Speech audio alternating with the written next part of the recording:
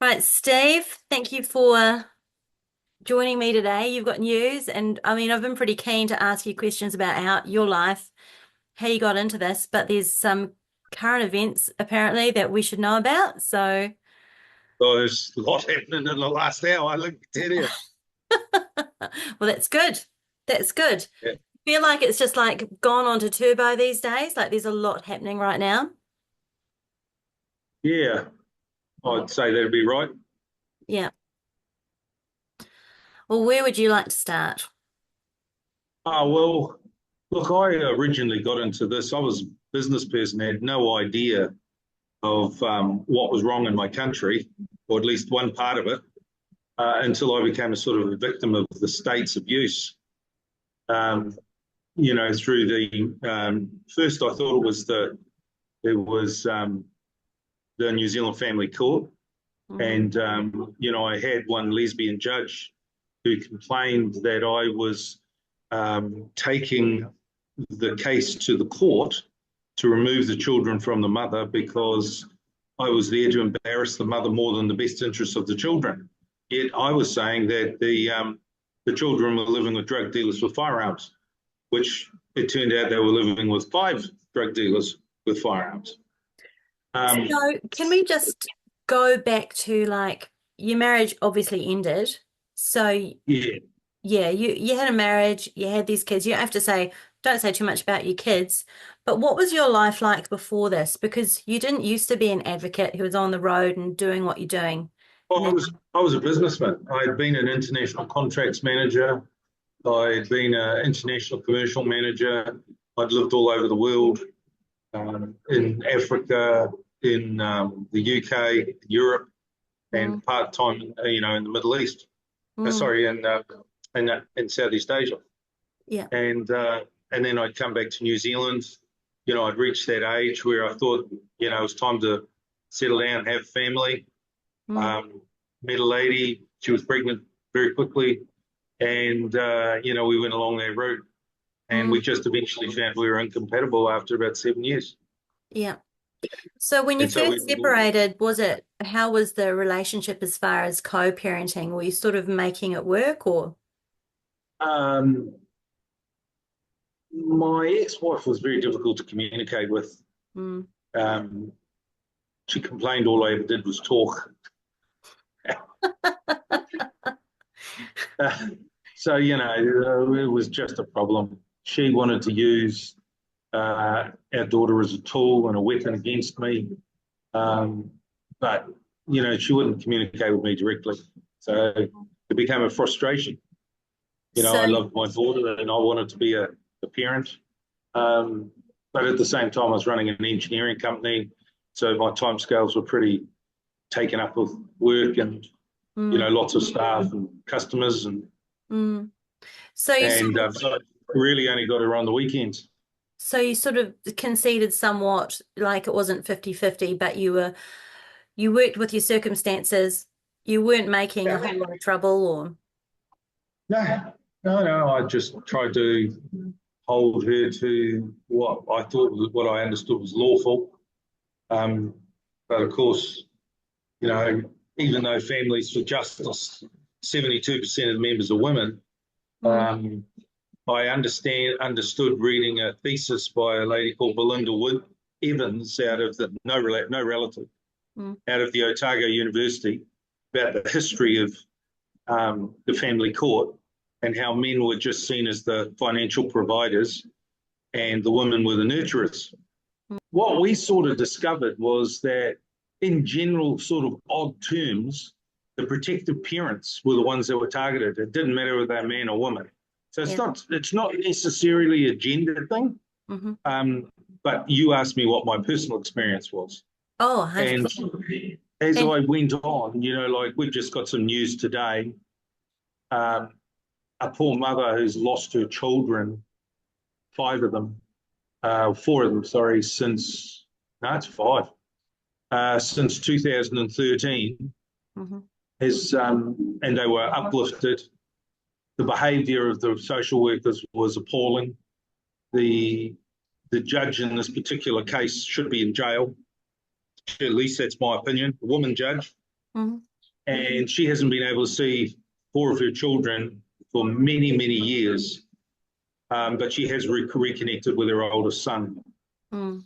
Um, and the abuse that this woman has suffered, health-wise, financially-wise, and everything, has been really, really abominable. Mm. She was one of the people that started Families for Justice with me.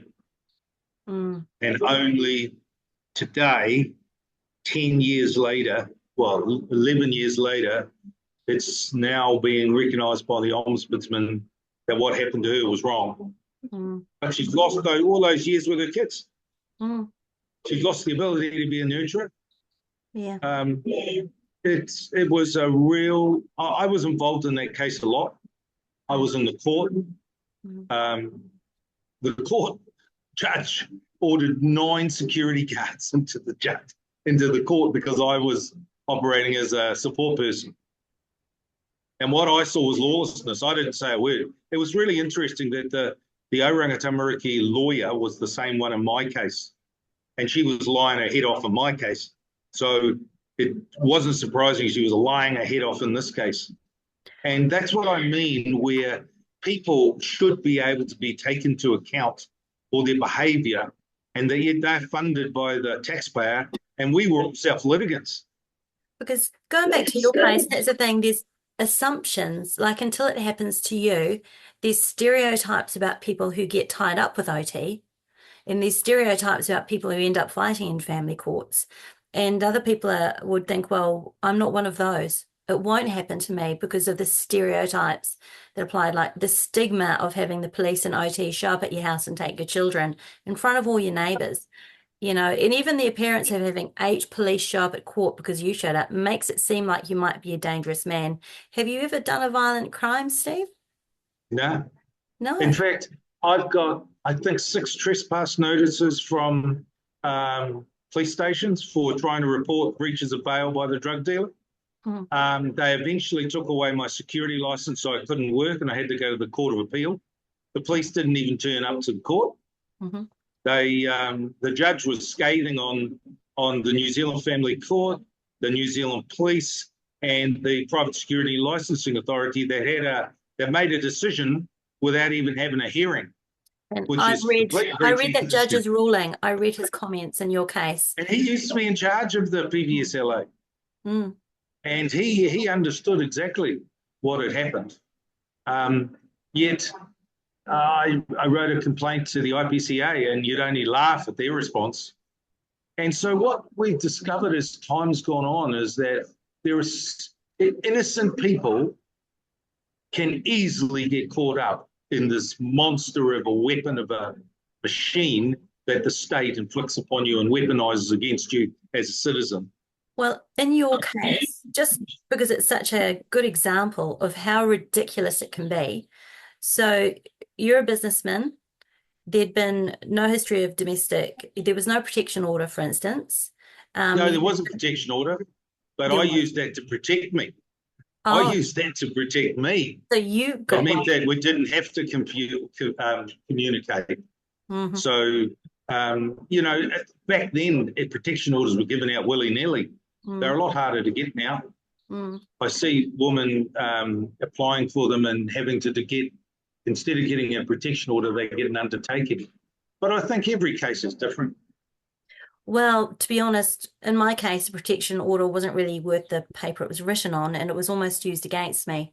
So, and it really was incredibly subjective. Everything that happened, and this is kind of, I think, what you've alluded to, is that you're back behind closed doors. You go into that courtroom, and the confidentiality and the privacy of the courtroom really protects whatever willy-nilly actions of the judges and the lawyers, whatever they're going to do in there, Or the social workers. or the social workers. And the parents aren't really allowed to go out and say, what the hell? And say, this is what's happened, and this is what they're saying, and this Well, is what they're doing. I was probably a bit lucky Mm. because I jumped on a plane and I went outside the jurisdiction of New Zealand, and I Mm. gave interviews overseas to Mm. other people who posted them on YouTube and online, and supplied them to all the ministers of the Crown and all the players in my case. And not one of them did anything. I got one minister rang me, the Korean lady, Mm, the national Korean lady, mm. and she said it can't happen in New Zealand. Well, it did. And the other one that rang me was a Labor lady, and when I told her that the lawyer for child was, she said, "Oh, he's a good lawyer," and I said, "He's corrupt." And that was the only people that actually contacted me from the state. So there was you on one side of the equation trying to get your kids into a safe place. Who was the dangerous person? Can you describe the sort of charge sheets and the crimes and the convictions against the person that you were seeking to protect your children from and that network? Well, my ex-wife had married him, but she was actually married to somebody else. We were already divorced. So that was one thing. The judiciary didn't seem to think that was a problem. Um, he had been he had been charged in January 2014 with manufacturing meths in the King's storage lockers in Glenfield, which were registered in my ex-wife's name. And he said that all the facilities and chemicals and all that weren't his. That was in 2014. I sort of discovered what was going on in 2013. Mm. And then in 2000, I put a lot of pressure on the police to arrest them. That's when the police called me a pest and a nuisance because he was under investigation by the Organised Financial Crime Agency, which was based out of the Prime Minister's office, John Keys, under Malcolm Burgess, the police officer that did the second investigation into Lake Alice. Mm-hmm. Yeah, isn't it funny how all A these small world. names all the time Oh, keep yeah. coming up, you know? Mm-hmm. And, uh, you know, he had been caught in 2010 and put a time in jail with manufacturing methamphetamine and being in possession of an AK-47 and .22 millimeter rifle with silencer. So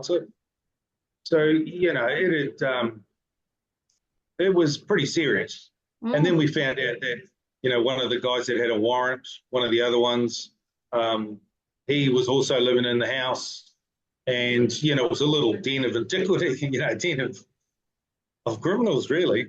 Mm. But orangutan Ricky seems to think it was fine, and of course they were manufacturing in the house, and there was another house that was raided too, and they were cooking in that house right at the time of the raid, Mm. and there was a little baby in the house, and with all the chemicals, you can see that we didn't just protect Mm. my own children, we also protected the baby that was really innocent. Mm. So So another way of looking at this, you weren't just a dad trying to get more access to your kids or get your kids away from the ex. It wasn't just a fight over. You discovered methamphetamine production yeah, of somebody who was already convicted for lots of having times. meth lots of times. An He's got a AK-47 really and colourful past, let me tell you. with all these connections and other drug busts and houses, so a meth network. You brought it to the Yeah, attention of the police, you were called a pest, and then your family court and well, the OT drama started with you being the so criminal.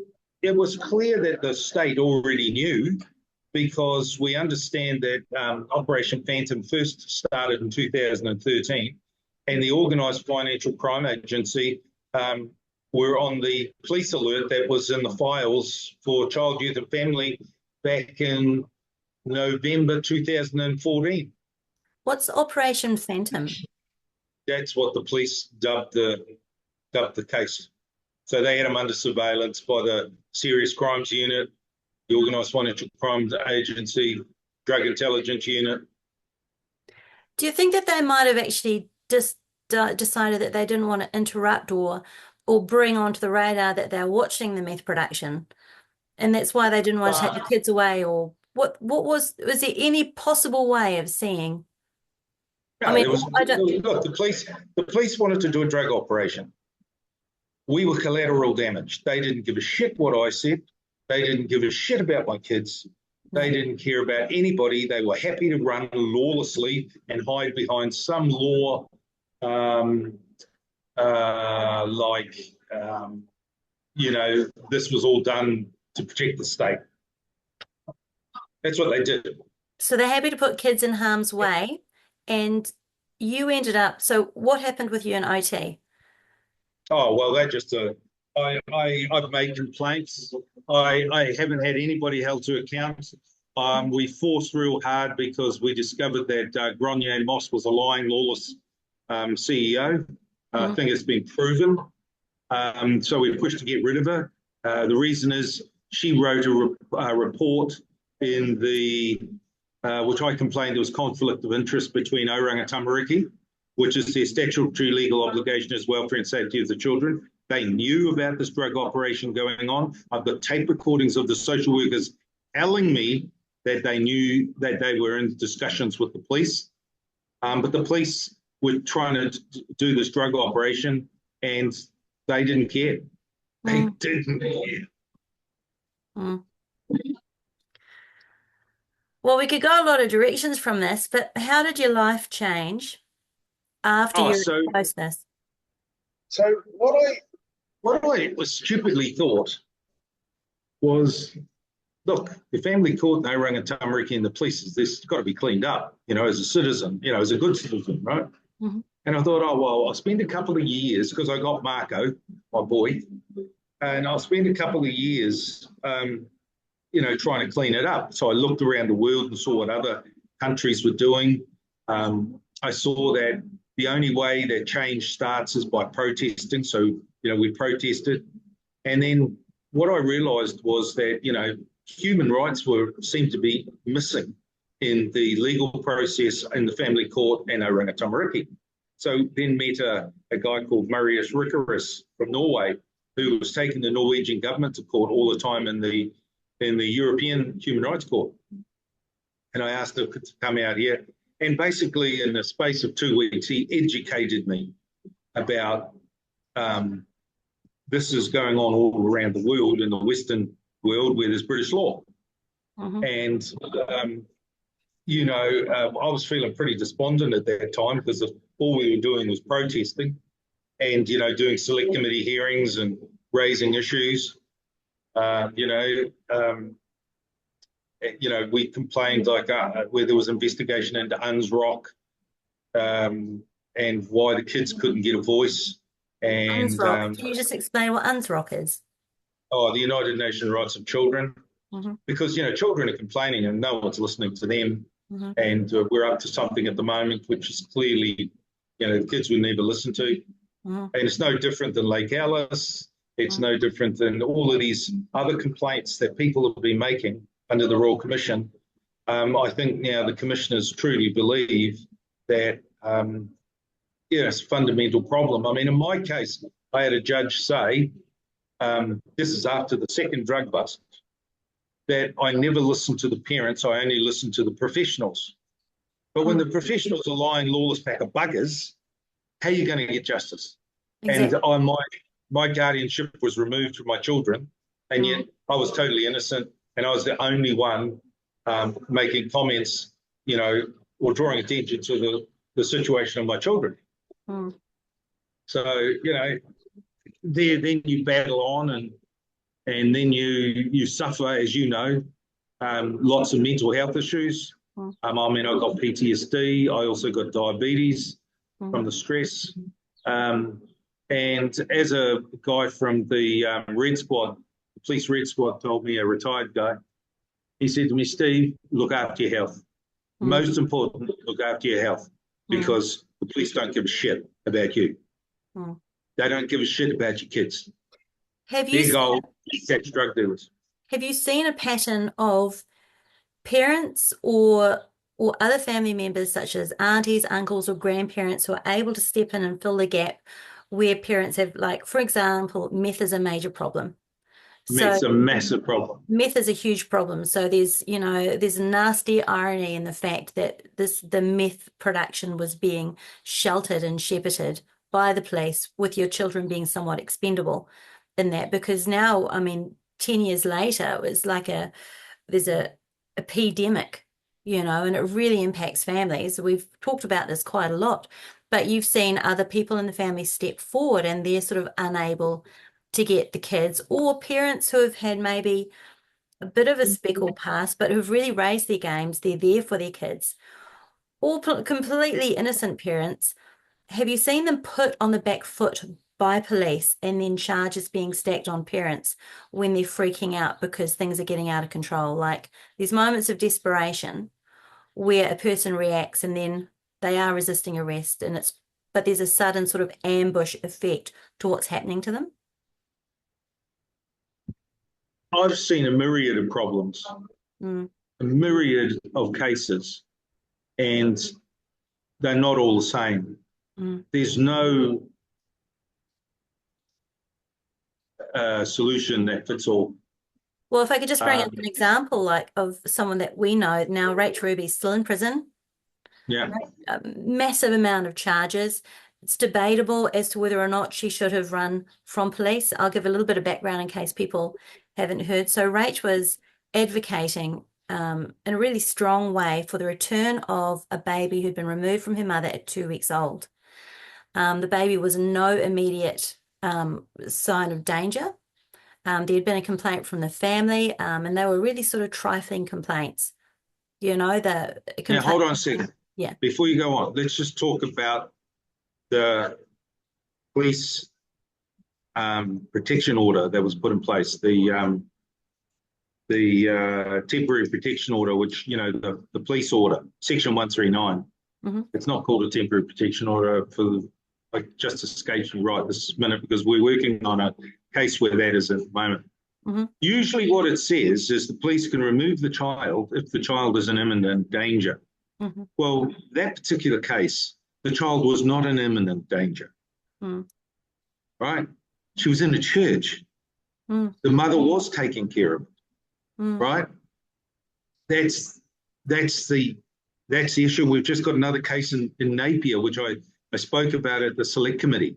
They removed the 4 children from Taranaki in a safe environment back to Napier, where all the incidents around the P and the family and all of that was taking place, and put the children back into danger. I mean, the mother has produced voluntary, not even under court orders, not even under OT orders. She has given voluntary drug tests and they're all clear. But what we discovered was that the social worker had got a Section 139, a police order, and demanded that the police remove the 4 children, even though they weren't in imminent danger. So what happens is Oranga Tamariki or the state weaponize the police to do this criminal activity. It says really clearly the child can be removed if it's in imminent danger. If it's not in imminent danger, it shouldn't be removed. Yeah, well, watching what happened on the live, because Rach Ruby filmed, what happened, it looked very much like when you look at it, with some sort of analytical approach, like there was a collaboration between those OT staff and the police who followed her at night, and then a contrived traffic stop, which was alarming, and knowing that Rach had previously, I think it was broken ribs, during an arrest. She was not convicted of anything. She was innocent previously. And her then being triggered, whether it was a right or wrong decision to run from the police, it was still somewhat understandable. But she then faced 29 charges. She's never had a conviction for violence. She's never had any not that I know of, certainly the ones that people have claimed in recent history. No, so she's still in prison and she's now has a status of a dangerous prisoner in prison. Rachel Only Brockett. she's a danger to the state. Let's go back a little bit to what you've just said. When you're dealing with any division of the ministries of New Zealand, you're dealing with them all. Yes. They all have information sharing agreements, right? In fact, many parts of the country, they've moved social welfare, Oranga Tamariki and New Zealand Police into the same building right next to each other. They meet every Friday and decide who they're going to go and take the kids off. It's in the various regions in New Zealand. So if you are having a fight with one department of the state, you've got them on 11. And that was what was interesting in the Royal Commission. The Royal Commission report stated it was systematic abuse. right? It was all the systems mm, that failed. They weren't protecting the children. mm, So, that's what I can tell you about that. I just don't think what Rach was originally doing was wrong. I mm, think she was protesting about Orangatamariki for being a lying, lawless bunch of buggers. And in mm. that particular case, the judge returned the baby to the mother. But Exactly. just imagine all the trauma. Just imagine all the trauma from the parent.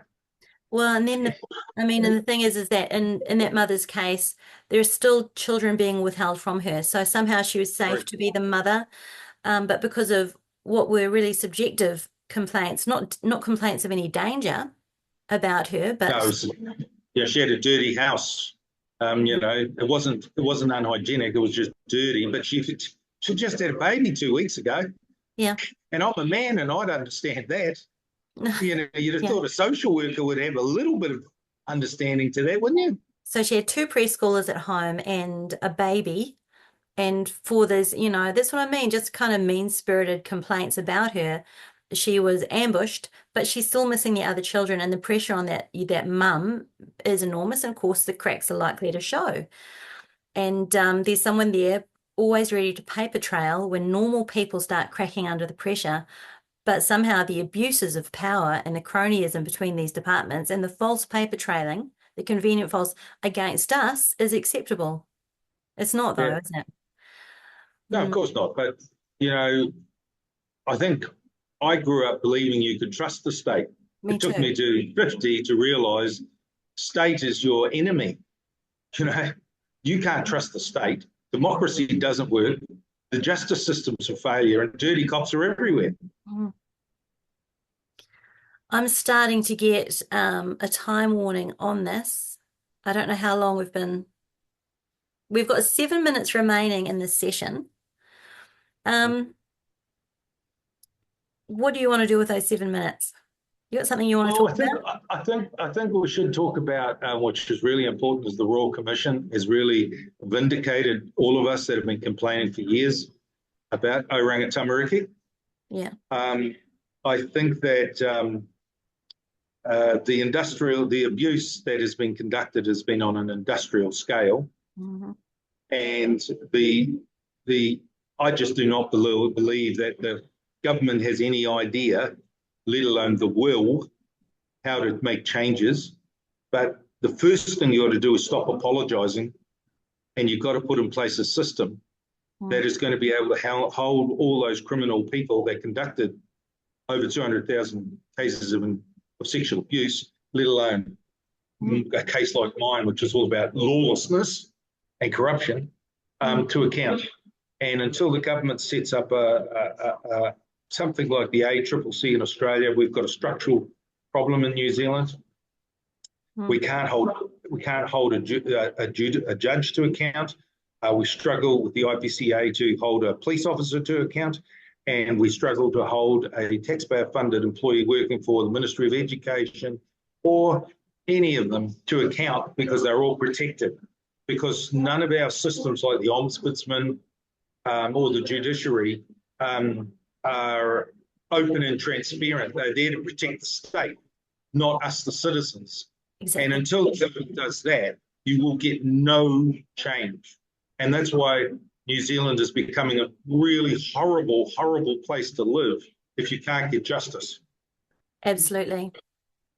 Absolutely. So at the moment too, if you don't want us to talk about this later, I can actually edit this out because this isn't going live. But What's that? there's two court cases this week in Wellington. We can't actually talk too much details because those people have name suppression. But we can say that they're very powerful. They're people with a lot of power through their network and their influence, and their victims have been the absolute opposite. People Yeah, like no. us, like you, like Rach Rubel, like our friend, the artist in Wanaka, no name suppression, and actually innocent, not convicted of crimes, and yet guilty in a court of public opinion because of what gets written in the press, because of what goes out in the media. But there's incredibly powerful, well-networked people who have been hurting the most vulnerable. It's a bad, bad look for the Well, we are country. lucky in one respect, right, we've seen the collapse of old-fashioned media, Mm, and social media is more accessible to mm, people like you and me and the average mm, Joe Blow, and we can get a reasonable reach out there these days if we focus on it. mm, And I think, young people like Tyler Bissett, who's mm, 14-year-old, who's, outing Oranga Tamariki. I mean, I personally think they'll be the young champions of the future. mm, Um, and we should be sort of listening to them and watching what they're doing and supporting those young people mm, because, we're all getting a little bit older and a little bit tireder and, we've only got a few summers left. yeah. I don't see much is going to change in my time. I mean, we've had over 20 reports previously on Oranga Tamariki. Hmm. The Royal Commission has cost us, what, over $200 million, and some say more. And that's disclosed that, the endemic systematic corruption is over 11 ministries. And when you look at how Lake Alice has been covered up, it's been covered up for 50 years. Mm, So even if you do get an investigation, doesn't mean you're going to get the truth, and it doesn't mean you're going to get justice. no. So I think, thank God for social media, but they were trying to cut it down to not be an open and free system for us to be able to communicate with. But we are seeing the old media system collapsing. Mm, And unless you do podcasting like what you do, and there's influencers out there and people that want to talk about some of the stuff that we want to talk about, um, we're kind of lucky. yeah. If this was all done 20 years ago, the mainstream media and the lawyers working for the mainstream media would have said, "Oh no, we can't do that. We'll get taken to court. It'll cost us money." Mm, yeah.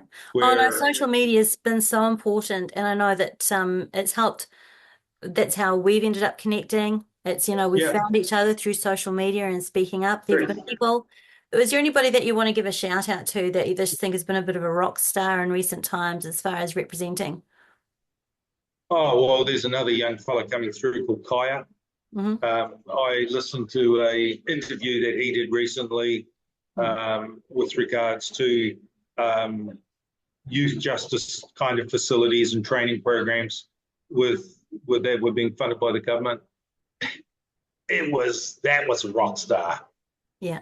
I don't know if you're ever going to get to hear this recording. This is not mine, um, but hopefully, he's a young man who wants to become an investigative reporter, Hmm. and he's got to eventually go on to do his own podcasting. Is that But interview available? can't say. You'd have Oh, to talk to him directly yourself. okay, I can do that. Yeah. Yeah. Well, there's yourself, Steve. You've done it's been 10 years for you of Yeah. hard slog, and you're still very involved. You're up and down the country, you're showing up, you're getting phone calls at all hours.